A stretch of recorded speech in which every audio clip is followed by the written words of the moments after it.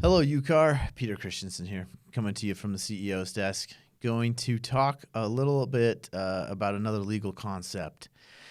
This one, easements. So you probably see these that come up on title reports. They're a part of the land. We have all kinds of public utility easements that are just pretty standard on a lot in a municipality usually. Okay, so what is an easement? Well, an easement is not ownership of property, but it is the right to control the use of property in some way. And there are multiple kinds of easements and different ways to give easements. We're going to focus a little on the most obvious, and that's an express easement. And so that is a written instrument that parties have agreed upon and given some sort of right to use the land. And okay, so the right to use it in a specific way. And so it can be for the use of land. A common one might be a right of way. So it's easier to get to one parcel through another, but there's no road.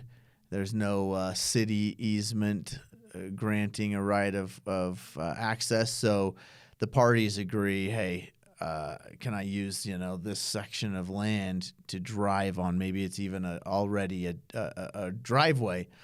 So that's a pretty typical type of easement.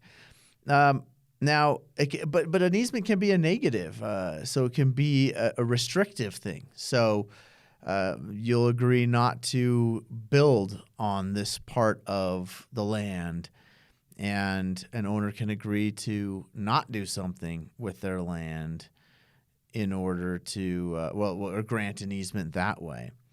So it's good to look at what is it and what is it granting or what is it restricting or both, right?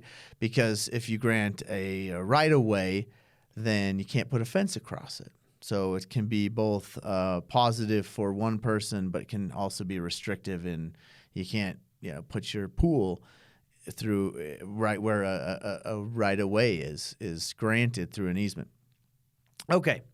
Another thing to look at too is I always think normally a lot of times they run with the land, but they don't have to. And so another thing to be aware of is how long does it last? So it can be, like I said, tied to the land to the point where ownership can change many times over and the easement still exists because it's not tied to a person, it's tied to the land. So that's one thing to look at, or it can be granted to a specific person in a specific scenario, and so it may not keep going. It could also, you could write one that's restricted by time. So for 5 years, for 10 years, until something happens, that can be put in there. And it can also, this is sounding a lot like a contract, isn't it? It can also say when something can, how it can be changed. And so it could be one-sided and grant one property owner the right to change it unilaterally, or it can be the default would be both parties have to agree to a change, right? So another thing to look at. So why might you want an easement or not want an easement? Well, one reason an easement can be helpful is that it can be very controllable, right?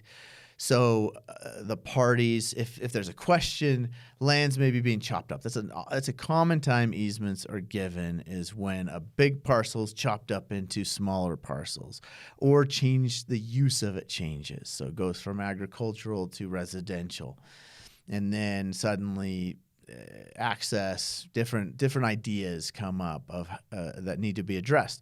So one reason is to consider granting an easement or creating an express easement is all those terms can be controlled, right? How long it lasts, what the specific use is. So if it's for access to a home, let's say that's written in the easement, and then the nature of that property changes and it becomes, a barn or a storage facility, and now they're bringing trucks on it and storage, hauling trailers across it. Well, it may be specific enough that the landowner that the easement runs through, so that the person with that parcel can say it no longer is being used for its intended purpose and may be able to put a stop to it.